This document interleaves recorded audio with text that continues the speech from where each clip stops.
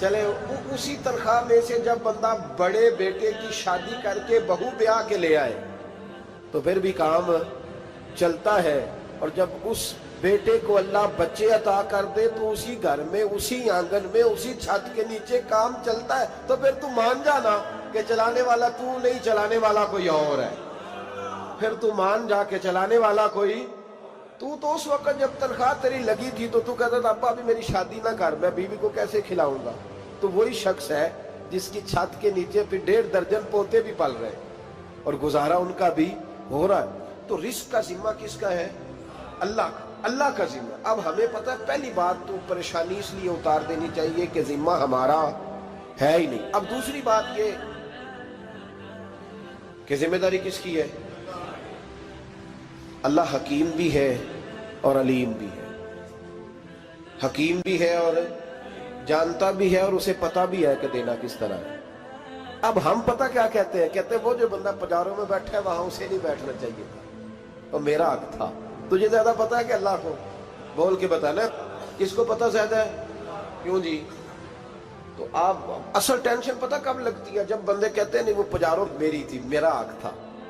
وہ جب گزرتی ہے نا پاس سے مہران کے تو مہران والا ٹینشن بڑی لیتا ہے. حالانکہ اللہ کو زیادہ پتہ ہے کہ وہ حق. ایک بات اپنے ذہن میں یاد رکھ لے، رٹ لے کہ جو میرے لیے بہتر تھا میرے رب نے مجھے دے دیا. وہ بات ختم ہو گئی. بس وصل اچھا ہے نہ فراق اچھا ہے، یار جس حال میں رکھے وہی حال اچھا ہے. بس جو میرے حق میں بہتر تھا میرے رب نے مجھے. مسئلہ یہ ہے کہ تو اس پہ راضی ہونے کو تیار نہیں. حضرت علی کرم اللہ تعالیٰ وجہ الکریم نے میرے نبی پاک کی ایک حدیث بیان کی ہے، اور جناب علی جب یہ حدیث بیان کیا کرتے تھے تو حضرت مجاہد فرماتے ہیں یوں لگتا تھا کہ جیسے حضرت علی ہمیں ہر پریشانی سے نکال رہے ہیں. مولا علی شیر خدا رضی اللہ تعالیٰ عنہ فرماتے ہیں کہ مجھے میرے نبی پاک صلی اللہ علیہ وسلم نے ایک طریقہ دیا تھا ٹینشن فری ہونے کا. آپ فرماتے ہیں مجھے تو بڑا راس آیا ہے، تم بھی اگر کر لو گے تو تمہیں بھی فائدہ دے گا. کہا وہ کیا؟ حضرت علی کہنے لگے محبوب علیہ السلام نے فرمایا تھا لوگوں تم اللہ کے دیے ہوئے تھوڑے رزق پہ راضی ہو جاؤ، وہ تمہاری تھوڑی عبادت سے تم سے راضی ہو جایا کرے گا. بس تم 2 نفل بھی پڑھو گے تو اللہ راضی ہو جائے گا. تم 1 رکوع بھی سویرے اٹھ کے پڑھو گے تو وہ راضی ہو جائے گا. وہ تمہارے 313 درود شریف سے راضی ہو جائے گا. تم اس کے دیے ہوئے تھوڑے رزق سے راضی ہو جاؤ. ٹینشن اس لیے ہوتی ہے کہ ہم راضی نہیں جو اس نے ہمیں دیا ہے. وہ حال میں مزید کی جو دوڑ ہے نا، حال میں مزید کی، بے قدرہ کچھ قدر نہ جاتی، کیتی خوب تسلی ہو، دنیا دار پجاری زردے کتیاں دے گل ٹلی ہو، بک بک روشن اکھیاں تکیو ویک حویلی کلی ہو، تے کوچ نصیر اساں جد کیتی پہ جانی تھر تھلی ہو. تو یاد رکھیں یہ جو ہے نا مصیبت کے مال آ کیوں نہیں رہا، وہ سامنے والا پلاٹ میرے گھر کے سامنے ہے گھر کے سامنے، پر رجسٹری میرے نام کیوں نہیں. یہ مصیبت سانس نہیں لینے دیتی. موٹر سائیکل کھڑی کرتا ہے نا جب آ کے دکان سے روٹی کھانے آتا ہے، دفتر سے گھر آتا ہے، کاروبار سے آتا ہے، تو جہاں موٹر سائیکل کھڑی کرتا ہے وہ ٹینشن بڑی ہے کہ کبھی میری ہو جائے نا یہ والی جگہ تو میں یہاں بھی بورڈ لگاؤں اپنے نام. اس نے مالی پریشانی پیدا کی. تو جس حال میں ہے، کیونکہ تو نے اپنا یہ حال خود نہیں بنایا، جس نے بنایا ہے وہ بڑا بہتر جانتا تھا کہ تو اسی حال میں اسے اچھا لگتا ہے. تو اسے اسی حال میں. ایک بزرگ تھے تو ان کی طبیعت بڑی علیل ہو گئی، بیمار ہو گئے، تو اللہ نے آزمائش دی تو کیڑے پڑ گئے وجود میں. ایک کیڑا یہاں سے کھا رہا تھا، اللہ والے بڑے راضی رہتے ہیں اس کی رضا پہ. تو کیڑا یہاں کھا رہا تھا تو نیچے گر گیا، تو بابا جی نے اٹھا کے پھر وہاں رکھ لیا. کہنے لگے جب اس نے تیری ڈیوٹی مجھے کھانے کی لگائی ہے تو میں اس بات پہ راضی ہوں، تو نیچے کیوں گرتا ہے؟ بٹ ٹھیک ہے کھا جب اس نے تجھے ڈیوٹی جو تیری لگائی. سالبہ بن عبد الرحمن ایک صحابی تھے، سالبہ غالباً نبی پاک صلی اللہ علیہ وسلم کی خدمت میں آئے. کہنے لگے یا رسول اللہ صلی اللہ علیہ وسلم غربت بڑی ہے، میرے لیے دعا کریں اللہ زیادہ مال دے. تو محبوب صلی اللہ علیہ وسلم نے فرمایا تو جس حال میں اچھا ہے وہ تیرے لیے بہتر ہے، اس میں تو ہے وہی حال تیرے لیے. مشکل ہے نا یہ جواب سننا. کہتے پیر صاحب فلاں جگہ سے تویز آیا، وہاں تو وارے نے آرے ہو گئے، تو آپ کے ہاں. تو میں کہتا ہوں یہ تویز دینے والا اگر تویز دے کے امیر بناتا ہے تو پہلے خود کیوں نہیں بنتا؟ یہ خود تو 150 کا تویز بیچ رہا ہے، اپنی بیچارے کی حالت یہ ہے. اگر اتنا ہی تویز اس کا چلتا ہوتا تو پہلے 5 ٹیوب پجارو اس کے دروازے پہ کھڑی ہو. عجیب چکر ہے اور عجیب جگہ لوگ الجھ گئے، سمجھتے ہی نہیں بات کو. یا رسول اللہ صلی اللہ علیہ وسلم دعا کر دے تو محبوب نے کیا فرمایا؟ فرمایا تو جس حال میں ہے نا وہ حال تیرے لیے بہتر ہے، اسی میں رہ. کہ نہیں حضور دعا کرے. فرمایا سال بعد تو باز آ جا. حضور دعا کرے. فرمایا تو باز آ جا. 2-3 دفعہ کا ضد کی. محبوب نے فرمایا جا پھر اللہ تجھے زیادہ پیسے دے گا. چند بکریاں خریدی، اتنی برکت ہوئی کہ بکریوں کے ریوڑ بن گئے. پھر کچھ بکریاں بیچ کے گائے خرید لی، ان کے بھی ریوڑ ہو گئے. پھر کچھ اونٹنیاں لے لی، ریوڑ ہی ریوڑ. پہلے 5 وقت مسجد میں آتے تھے، اب فجر اور عشاء رہ گئی. پھر مال زیادہ ہوا تو مدینے شہر میں کوئی جگہ ہی نہیں، مدینے سے باہر حویلی خریدی. پھر جمعہ ہی رہ گیا. جمعے کے جمعے آتے زکوٰۃ کا حکم آیا. میرے نبی کریم علیہ السلام نے حضرت ابو ہریرہ کو بھیجا. فرمایا جا اسے کہہ تیری زکوٰۃ بنتی ہے 2.5%. 10 کروڑ روپیہ ہو تو کتنی زکوٰۃ بنتی؟ بھی 1 کروڑ کی 2.5 لاکھ ہوئی نا، تو 10 کروڑ کی کتنی ہوئی؟ تو بڑی مصیبت ہے جب بینک سے میسج آتا ہے نا کہ 25 لاکھ نکل گیا تیرے اکاؤنٹ سے. بہت بڑی مصیبت، بڑی ٹینشن ہوتی ہے. ایک صاحب میرے پاس آئے، ان کی زمین اچانک مہنگی ہو گئی. اچانک پہلے کچھ 15-16 لاکھ کی ایکڑ زمین تھی، پھر وہ کروڑ کی ہو گئی. تو میرے پاس آئے، کہنے لگے وہ 10 کروڑ روپے بنتے ہیں تو زکوٰۃ. تو میں نے کہا آپ نے کیا کیا؟ ذری زمین پہ عشر آتا ہے، اس پہ زکوٰۃ نہیں آتی، تو آپ نے کیا کیا؟ کہنے لگے وہ کچھ سوسائٹی کے رول کے مطابق میں نے فائلیں وغیرہ لے لی ہیں، اب میں نا کبھی موقع آئے گا تو ان کو بیچوں گا. تو میں نے کہا اب تو آپ کا یہ مال ہو گیا بزنس کا، تو اب تو اس پہ زکوٰۃ آئے گی. 10 کروڑ پہ جب 25 لاکھ سنا تو کہنے لگے فوراً دینی پڑتی ہے کہ تھوڑی تھوڑی سے بھی کام چل جاتا ہے. تو میں ان کا چہرہ دیکھنے لگا. میں نے کہا نہیں وہ تو آپ کو پتہ ہے. ویسے حضرت عمر فرمایا کرتے تھے بانٹ کے نہ دو، کوشش کرو کسی ایک کو ہی دو، چلو کسی کا تو کچھ بن جائے. تو ایک کو ہی دینی چاہیے. کہنے لگے تو مطلب یہ ایسا ہی حکم ہے؟ میں نے کہا آپ کسی اور سے تحقیق کر لیں.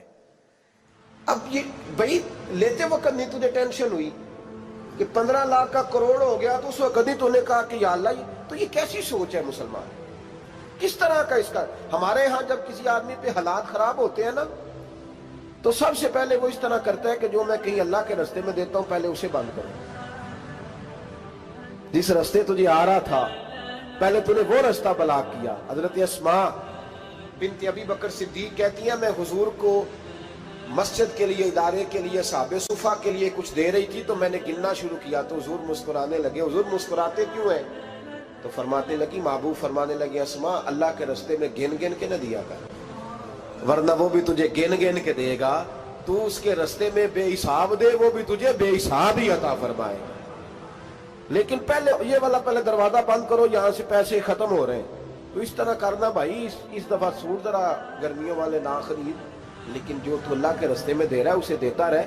لیکن ہم اپنا نقصان کرتے ہیں، زیادتی کرتے ہیں اپنے ساتھ. میں نے آپ کو پہلے بھی بتایا تھا پیار کی بولی ہے، پھر بولتا ہوں. ایک بڑے بڑے پیار والے دوست ہیں، ایک دفعہ مجھے کہنے لگے کہ آپ کئی دفعہ اعلان کرتے ہیں تو مجھے اچھا نہیں لگتا، اور آپ ادارہ بھی بہت زیادہ بننے والا ہے، بڑی چیزیں میں دیکھتا ہوں جو ہوں تو بڑا نظام اچھا ہو جائے.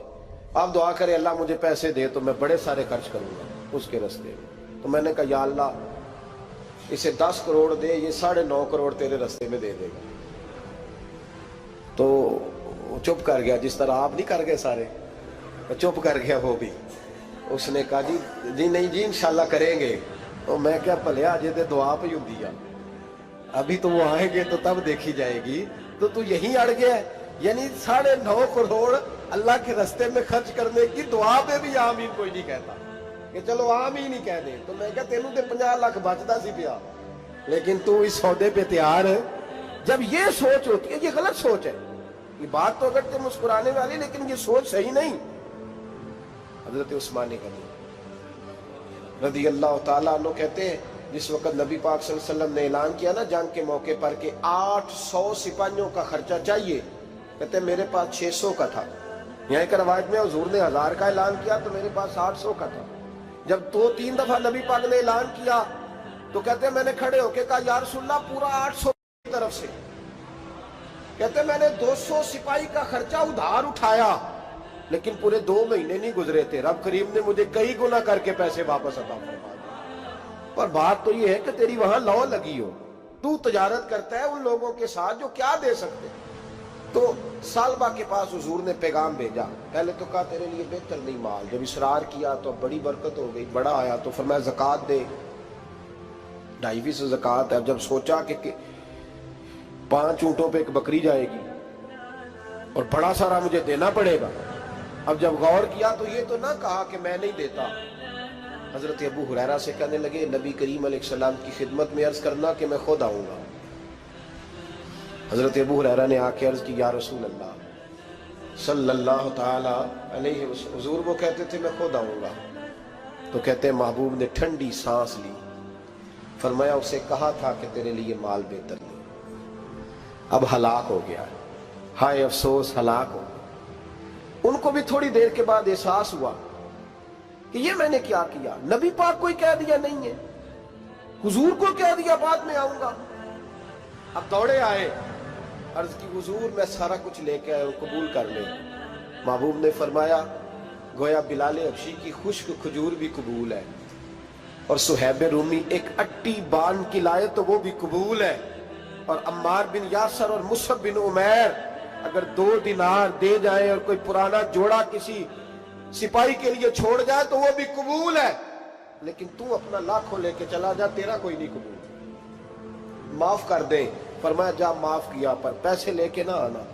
اگلے سال پھر آئے، بندے ہوئے ہاتھ ہیں، محبوبہ میں دولت کا کیا کروں گا، آگ لگانی ہے، قبول کر لیں۔ فرمایا تو لے جا، تیرا نہیں قبول، گرا جو ان کی نگاہ سے وہ سنبھل نہیں سکتا۔ حضور نے وصال ظاہری کیا تو جناب صدیق اکبر کے پاس آئے، لاکھوں کا مال، ابو بکر قبول کر لو، تو جناب صدیق اکبر کہنے لگے اس کا کر لو جس کا نبی نے نہیں کیا، چل جا کوئی نہیں چاہیے۔ حضرت عمر کے زمانے میں قحط پڑ گیا، بارشیں نہیں ہوتی، غلہ نہیں ملتا، حالات خراب ہے، مالی طور پہ بحران آ گیا، غربتیں، مجبوریاں، تکلیفیں، آ کے روئے، عمر میرا قبول کر لو، مجھے معافی تو مل گئی تھی نا۔ فرمایا معافی اپنی جگہ پہ، پر جس کا مصطفیٰ نے قبول نہیں کیا۔ بہت سارے لوگوں کو پتہ ہی نہیں کہ ان کا قبول ہی نہیں ہوا، اور وہ الجھے ہوئے، انہیں خبر ہی نہیں کہ اصل بات کیا ہے۔ فرمایا جس کا مصطفیٰ کریم نے قبول نہیں کیا، اب ہیرے اور جواہرات بھی لے کے آئے تو بھوکے مریں گے، پر اس کا قبول، اس بات پہ راضی رہو، اس حال میں اللہ نے رکھا ہوا، اس حال میں راضی رہو۔ جو مصیبت ہے نا دیکھنی کہ وہ بھی میرے پاس، تمہیں کیا پتا، کبھی پوچھ تو صحیح اس سے وہ کس مصیبت کا شکار ہے، جو مالی طور پہ بڑا امیر ہے، تو اس کی طرف دیکھ کے اپنا دل برا کرتا ہے۔ بس جس حال میں رب نے رکھا ہے اس حال میں رہ۔ حضرت عثمان غنی کے زمانے میں تو وہ وصال کر گئے، لیکن بھائی تو جس حال میں تیرا رب تجھے رکھتا ہے اس حال میں رہ، تیری مالی پریشانیاں ختم ہو جائیں گی۔ میں نے پہلے بھی شاید آپ کو ایک دفعہ کہا تھا، میں تعلیم سے فارغ ہوا تو میرے ایک استاد اور میرے کچھ دوست کہنے لگے افریقہ آ جائیں آپ، وہ بہت بڑا ادارہ ہے، اس کو چلائیں، اس کو سنبھالیں۔ تو میری والدہ سے میں نے کہا، کچھ طبیعت ہوتی ہے نا انسان کی، میرا بھی دل لگ گیا۔ میری اماں پڑھی نہیں تھی لیکن اللہ نے دانائی بڑی عطا فرمائی تھی، حکمت بڑی تھی، سیانی بڑی تھی۔ تو میں نے کہا اماں جی وہ مجھے ساؤتھ افریقہ کی دعوت ہو رہی ہے تو آپ کیا کہتی ہیں؟ تو اٹھ کے میرے پاس آ گئی اور مجھے انہوں نے اپنے بازوؤں میں لے لیا، پھر میرا ماتھا چوما، کہنے لگی پتر میں تے وال بھی نہ پوٹ کے دیوا کسی نے، ہم نے دولت کا کیا کرنا، تو اللہ کا نام لے کے کہیں بیٹھ جا، رب کریم رون کے لگا دے گا، خیر ہو جائے۔ تو میرے بھائی یاد رکھیں ان چیزوں سے تھوڑا سا دیکھیں نا، قناعت کریں، جو اللہ نے دیا اس پہ راضی ہو جائیں، اللہ بڑا مہربان ہے، وہ آسانیاں کر دیا کرتا ہے۔ تو یاد رکھیں میرے رسول کریم علیہ السلام نے ایک تو ہمیں درس یہ دیا ہے کہ تو سمجھ جا، قرآن نے ہمیں بتایا ہے کہ روزی تیری ذمہ داری نہیں، روزی کس کی ذمہ داری ہے؟ اللہ کی۔ اور دوسری بات یہ کہ جو اللہ نے تمہیں دیا ہے اس پہ تو راضی ہو جا، تیری مالی پریشانیاں ختم ہو جائیں۔ اور پھر حضور صلی اللہ علیہ وسلم نے فرمایا مذہبی طور پر جب دیکھو تو آگے دیکھو، اور دنیاوی طور پر جب دیکھو تو پیچھے دیکھو، پریشانی ختم ہوگی۔ مذہبی طور پر جب دیکھو، جو 5 نمازیں پڑھتا ہے وہ تہجد پڑھنے والے کو دیکھے، اور جو تہجد پڑھتا ہے وہ اشراق چاشت پڑھنے والے کو دیکھے، اور جو بندہ اشراق اور چاشت پڑھتا ہے پھر اس کو دیکھے جو سارا دن مصطفیٰ پہ درود پڑھتا ہے۔